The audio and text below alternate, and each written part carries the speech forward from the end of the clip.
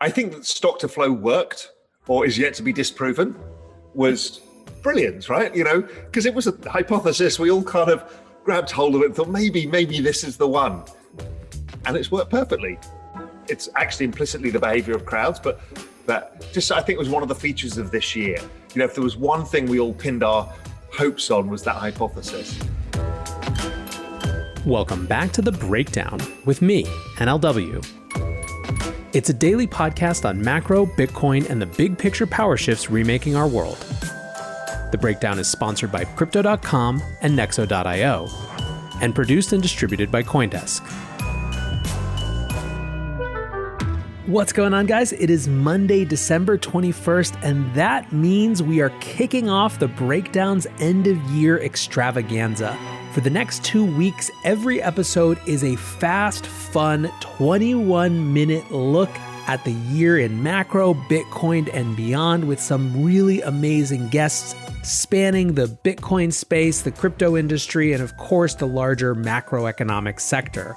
I thought this would be a really fun way to round out the year, to get a ton of different takes on what mattered and what we should be thinking about going forward.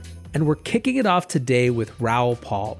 Raoul is the founder and CEO of Global Macro Investor and Real Vision.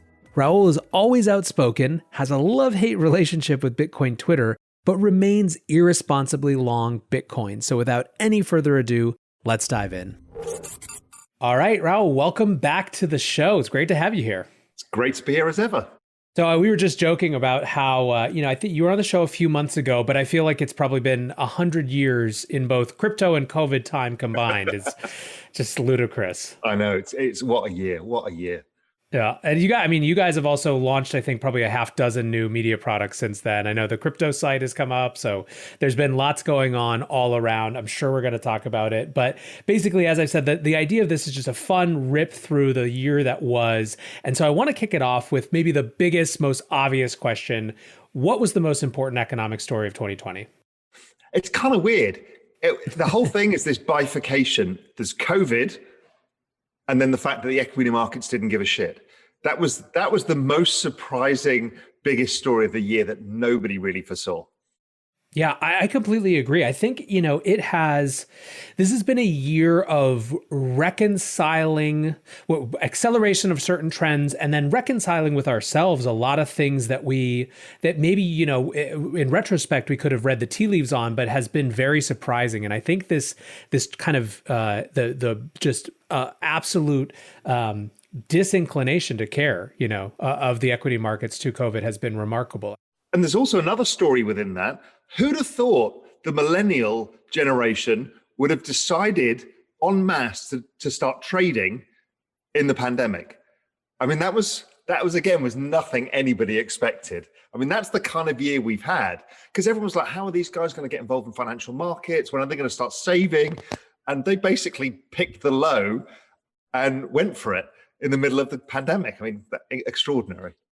Yeah, I think it was so fascinating. We do this thing often where we kind of I remember when that first started happening, we were doing a lot of pearl clutching right around this. It's like, oh, these guys are going to get washed out. They're so cynical about markets. And it's like, they're cynical. That's the table stakes, is this sort of cynicism, right? This is a meme generation, and they literally have the most important representatives of the central bank establishment and everyone else telling them they're going to do whatever it takes to prop up markets. So why not dive in and certainly validate it? Now they just look like very intelligent bulls, right?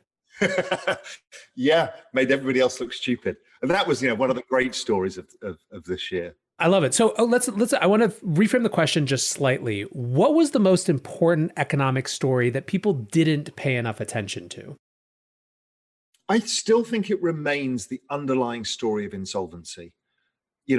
Again, we get obfuscated by what the media tells us and by the markets going up and, the quarter-on-quarter GDP bounce.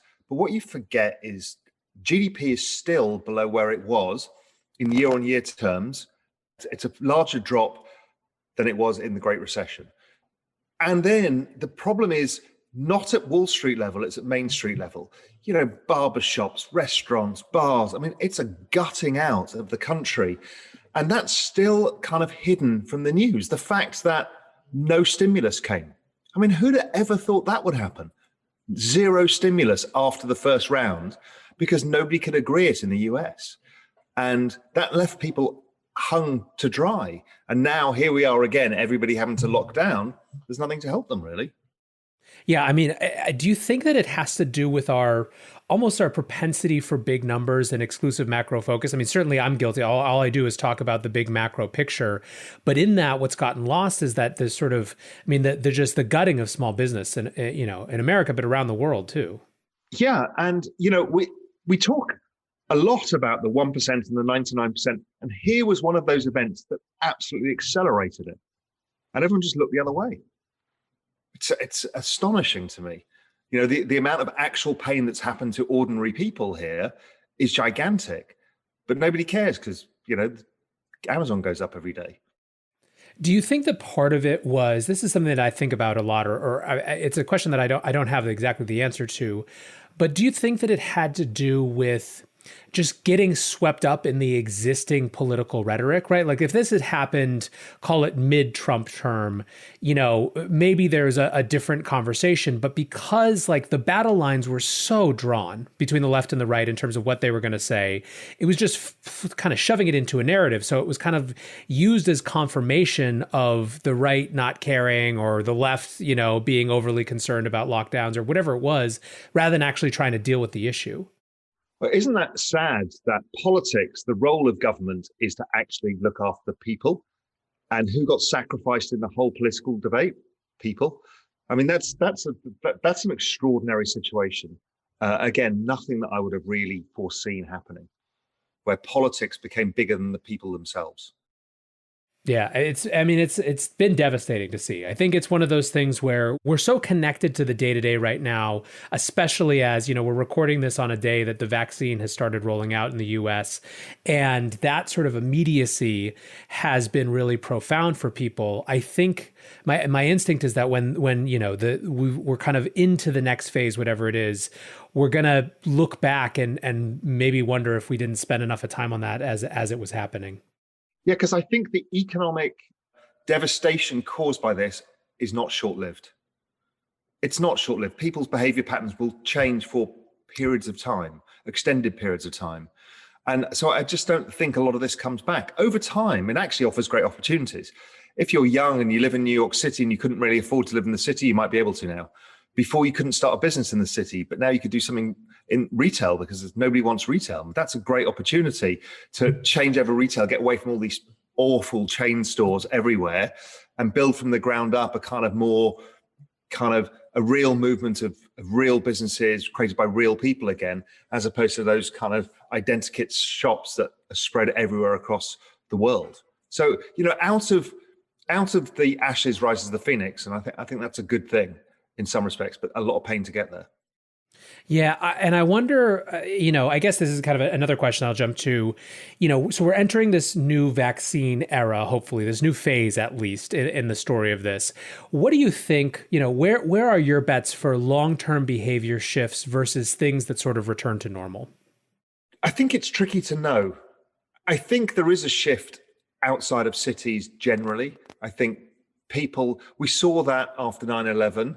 I think this will strengthen the story of millennials moving to the suburbs. Don't forget, half of them grew up in the suburbs. Their parents did the same thing. So that's not uncommon. So I think that movement remains. Obviously, what we're doing now, Zoom, the rise of video as the media that crushes all medias, that's real. That's not going away any longer. The rise of the SaaS business model, and you know, those kind of high margin tech companies, it becomes more and more apparent that the old world doesn't work. You could do it at micro level, like we talked about, you know, creating artisan shops and stuff like that, or, you know, artisan clothing or whatever it may be. But to do it at scale, that's gone. It's gone forever, I think. And that's okay. You know, there's just different ways of doing business now. It's accelerated the whole online thing, and that won't change. What's going to be interesting is how people feel about travel and large events and stuff like that. Because after a year of this, everything feels a little bit different. My guess is people will go back to music festivals and travel en masse and that'll just have been a hiatus. But a lot of stuff, business travel, I'm just not going to do that any longer. I'm just not prepared to be on a plane all my life, which is what I was before, because now I can do this. And I'm so used to it now. It's like I'm sitting with you having a coffee. So it's kind of irrelevant now. Yes, we all like to see people in person, but we'll do that more selectively. So business travel changes. But again, maybe that's a good thing. Maybe half the plane doesn't fill up with business travel people and it makes travel more affordable in different ways. I don't know. Yeah, no, I think that's right. It's certainly going to make us ask more question about prioritization, if nothing else. Yeah, I think that's really true. This episode is brought to you by Crypto.com, the crypto super app that lets you buy, earn, and spend crypto all in one place and earn up to 8.5% per year on your Bitcoin. Download the Crypto.com app now to see the interest rates you could be earning on BTC and more than 20 other coins. Once in the app, you can apply for the Crypto.com Metal Card, which pays you up to 8% cash back instantly on all purchases. Reserve yours in the Crypto.com app today. Looking for the best way to stay on top of your investment game? Nexo.io has you covered in 3 easy steps with their high-yield savings account for digital assets. Step 1. Create an account at Nexo.io. Step 2. Transfer assets to your secure Nexo wallet with no minimum or maximum limits on funds deposited. Step 3. Sit back, relax, and earn up to 12% compounding interest paid out daily on your crypto and fiat. Your passive income made simple. Get started at Nexo.io. Let's I guess kind of build on some of the themes that you were just describing. I guess what one of the big questions is how much of this, how many of these changes were represented a fundamental or paradigm shift, and how many of them were just acceleration. I think a lot of what you just described was acceleration, but even if we kind of zoom up on a bigger level, things like the involvement of millennials in trading, was that bound to happen, or was that kind of a paradigm shift? And you get to spend a lot more time with people who think in terms of paradigm shifts than most. So I'm particularly interested here. Well, look, demographics is inevitable. And basically, you just need to do the maths. And the maths are, as soon as people get to about 30 years old, they start thinking, I need to save for my future. Right? Because if you go back to when the baby boomers were 30, well, it was about 1985. And that was the same period that they financialized as well. So I don't think we've actually changed a lot. It just so happened that this was the accelerant. But all of these things were going to happen. They were going to buy houses. They just decided they didn't need to buy them in the city. Well, that was a light bulb moment for many, because people realized now I can live where I want and I can use video. I think video was the accelerant. The acceleration of video was a huge changer because we can all work remotely. Real Vision now runs remotely. And I never thought that would happen. I just thought it was impossible to manage. But that's liberated everybody to choose where they live. That's a huge, huge shift, because that didn't exist before COVID. And I wasn't sure it was happening, but really, really slow. But the shift in the curve was astonishing. Yeah, I mean, it's interesting. It is kind of in some ways, it's a BS question, because there are some changes in scale that are so significant that they actually become changes in kind. And I think what you're describing with video and remote work is one of those. It's like, sure, it was happening, and this was a massive accelerant on that, but it was such an accelerant that it does feel like a change in kind, a fundamental shift in how we'll consider work. Because we all had the light bulb moment at the same time globally, but everything we've been doing was wrong, and that we could do it differently. And we could maybe find a quality of life back. One of the big sacrifices everybody has made over time is a lowering of a quality of life. Because the more we get inundated by email and Slack messages and WhatsApp messages and more media and more stuff, the less of our time we had. So much so that media then gets consumed in podcast form, because you can do it on the subway on the way to work. What you're doing is cramming more and more into your day. But what this has done is allowed us to knock out the commute. And that, for most people, is an hour either way. That's 2 hours of your day you've got back. And to be able to work from home, and you're about to have a kid, that's a game changer. You're not the father who's in New York City and comes home miserable and tired and barely sees the baby until the end of the week. I mean, this is a real quality of life shift if we capture it. Yep, I couldn't agree more. Okay, let's shift over to crypto for a second, because I know there's lots going on there. What do you think, when all was said and done, biggest crypto stories of the year were? I think that stock to flow worked, or is yet to be disproven, was brilliant, right? Because it was a hypothesis. We all kind of grabbed hold of it and thought, maybe this is the one. And it's worked perfectly. Whether that's it's actually implicitly the behavior of crowds, but that was one hell of a story that I don't think that I think it was one of the features of this year. If there was one thing we all pinned our hopes on, was that hypothesis playing out. So I think that was probably the biggest story in crypto, along with the rise of DeFi. In the kind of spotty, sporadic way that it came about. But I think DeFi was really interesting. It opened our minds to, okay, we can disrupt a whole other part of the financial system. We knew it was kind of coming, but when it came, it was interesting. And that was the development of the time value of money within the crypto world. And that's a very important role. So I thought that was a really big and important story in crypto. And obviously the rise of the institution, as I call it, the wall of money. I mean, that's a huge story that people didn't really believe it was going to happen. And now everyone's trying to get used to the fact that the rules have changed, and they're not really happy about it. Well, we're setting up for the next set of battles, right? Around what Bitcoin is supposed to be and how it's supposed to function. Actually, later today, I'm literally recording with Ben Hunt and Alex Gladstein to discuss that exact question of, can Bitcoin turn into something other than just another Wall Street casino game, which is kind of a quote from Ben about that. It's the next question. And I think it's going to be really fascinating to see. I did have a question that I thought that you would be particularly well suited to answer around almost the combination of DeFi and that institutional shift, right? You've obviously spent a lot of time looking at that institutional shift. So much airtime on this podcast and other places has been spent on that. It's obviously a defining feature of this year as it relates to Bitcoin. But I think, especially as we hover around this 20,000 mark, it reminds us of 2017. We ask what's the same, what's different.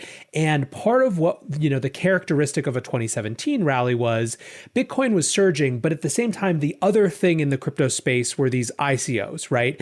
That were kind of just shedding off buco bucks. They were kind of hot air in most cases, even if they had well intentions.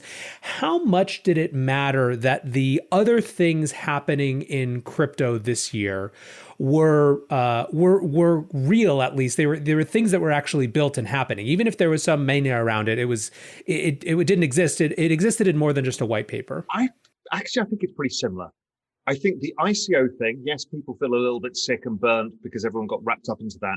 The actual thing is tokens aren't going away.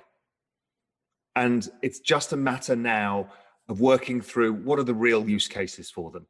And I think that lay the ground for it. I think DeFi is going to have similar kinds of problems. There's tons of these projects, and I've seen a ton of them that just aren't really DeFi.